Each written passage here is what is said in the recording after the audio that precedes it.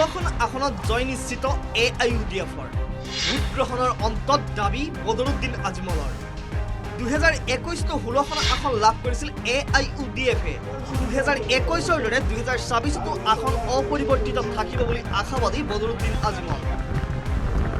মোৰ এতিয়ালৈকে আশা আছে আমি যোৱাবাৰ 16 জন জিকিছিলোঁ এইবাৰো আমি এটলিষ্ট 16 জনৰ টাৰ্গেটটো আমি পূৰা কৰিম ইনশাআল্লাহ।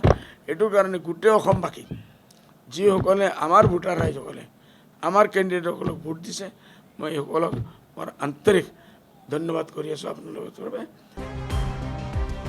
আজমলৰ সমৰ্থন অবিহনে চৰকাৰ কৰিব নোৱাৰে গৌৰৱ গগৈ।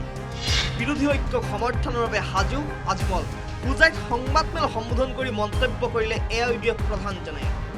ইনশাআল্লাহ আমাৰ বিনা কেউ চৰকাৰ কৰিব নোৱাৰিব।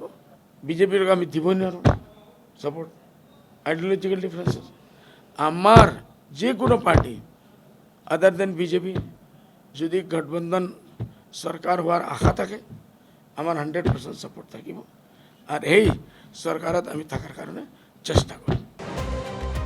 ভোটদানৰ প্ৰতি জনতাৰ অভূতপূৰ্ব সঁহাৰিক লৈ আশাবাদী আজমল।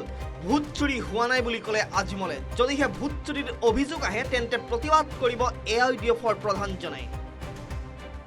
এটলিষ্ট আমাৰ হিচাপে ফ্ৰী এণ্ড ফেয়াৰ ইলেকশ্যন হৈছে। ৰিজাল্ট হোৱাৰ পিছত যদি এনেকুৱা কিছু ওলায় তে সেই টাইমত কি ৰিয়েকশ্যন আছে আমি দিম। যদি আমাৰ ইয়াত কোনো জেগাত চুৰি হৈছে মই ক'ম ৰিয়েকশ্যন দিম, ষ্ট্ৰং ৰিয়েকশ্যন দিম। বিন্নাকান্দিত পৰাস্ত হ'ব লুৰিণজ্যোতি গগৈয়ে দিয়া প্ৰাৰ্থী। অজাপৰ প্ৰাৰ্থীজনক ৰাইজে ভোট নাই দিয়া বুলি উল্লেখ কৰিলে বদৰুদ্দিন আজমলে। আজমলৰ দাবী এতিয়া বাস্তৱত কিমান সত্য প্ৰতিফলিত হয় ইয়াৰ বাবে অপেক্ষা কৰিব লাগিব 4 মেলৈ। যদিহে 16খন আসনত জয়ী হয় তেন্তে কংগ্ৰেছক যে AIUDFে তীব্ৰ প্ৰত্যাহ্বান জনালে সেয়াও স্পষ্ট হ'ব। পূজাইৰ পৰা প্ৰণৱ শৰ্মাৰ report, news 18 Assam north east.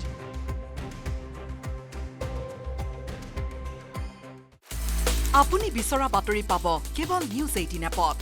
News 18 app download কৰিবলৈ স্কেন কৰক এই QR কোড।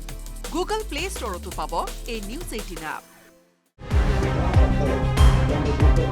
16খন আসনত জয় নিশ্চিত AIUDFৰ ভোট গ্ৰহণৰ অন্তত দাবী বদৰুদ্দিন আজমলৰ 2021 ষোল্লখন আসন লাভ কৰিছিল AIUDFে 2021ৰ দৰে 2024তো আসন অপৰিৱৰ্তিত থাকিব বুলি আশাবাদী বদৰুদ্দিন আজমল।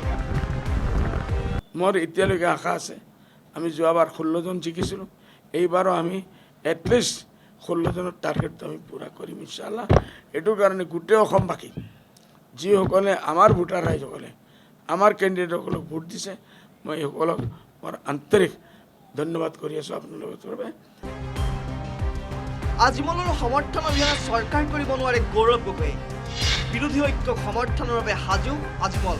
পূজাত সংবাদমেল সম্বোধন কৰি মন্তব্য কৰিলে AIUDF প্ৰধানজনে। ইনশাআল্লাহ আমাৰ বিনা কেউ চৰকাৰ কৰিব নোৱাৰিব।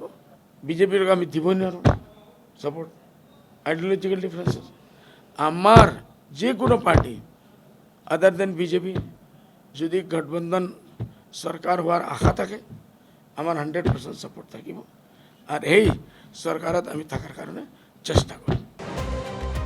ভোটদানৰ প্ৰতি জনতাৰ অভূতপূৰ্ব সঁহাৰিক লৈ আশাবাদী আজমল। ভোট চুৰি হোৱা নাই বুলি ক'লে আজমলে। যদিহে ভোট চুৰিৰ অভিযোগ আহে তেন্তে প্ৰতিবাদ কৰিব AIUDFৰ প্ৰধানজনে। এটলিষ্ট আমাৰ হিচাপে ফ্ৰী এণ্ড ফেয়াৰ ইলেকশ্যন হৈছে। ৰিজাল্ট হোৱাৰ পিছত যদি এনেকুৱা কিছু ওলায় তে সেই টাইমত কি ৰিয়েকশ্যন আছে আমি দিম। যদি আমাৰ ইয়াত কোনো জেগাত চুৰি হৈছে মই ক'ম ৰিয়েকশ্যন দিম, ষ্ট্ৰং ৰিয়েকশ্যন দিম। বিন্নাকান্দিত পৰাস্ত হ'ব লুৰিণজ্যোতি গগৈয়ে দিয়া প্ৰাৰ্থী। অজাপৰ প্ৰাৰ্থীজনক ৰাইজে ভোট নাই দিয়া বুলি উল্লেখ কৰিলে বদৰুদ্দিন আজমলে। আজমলৰ দাবী এতিয়া বাস্তৱত কিমান সত্য প্ৰতিফলিত হয় ইয়াৰ বাবে অপেক্ষা কৰিব লাগিব 4 মেলৈ। যদিহে 16খন আসনত জয়ী হয় তেন্তে কংগ্ৰেছক যে AIUDFে তীব্ৰ প্ৰত্যাহ্বান জনালে সেয়াও স্পষ্ট হ'ব। পূজাইৰ পৰা প্ৰণৱ শৰ্মাৰ report, news 18 Assam north east.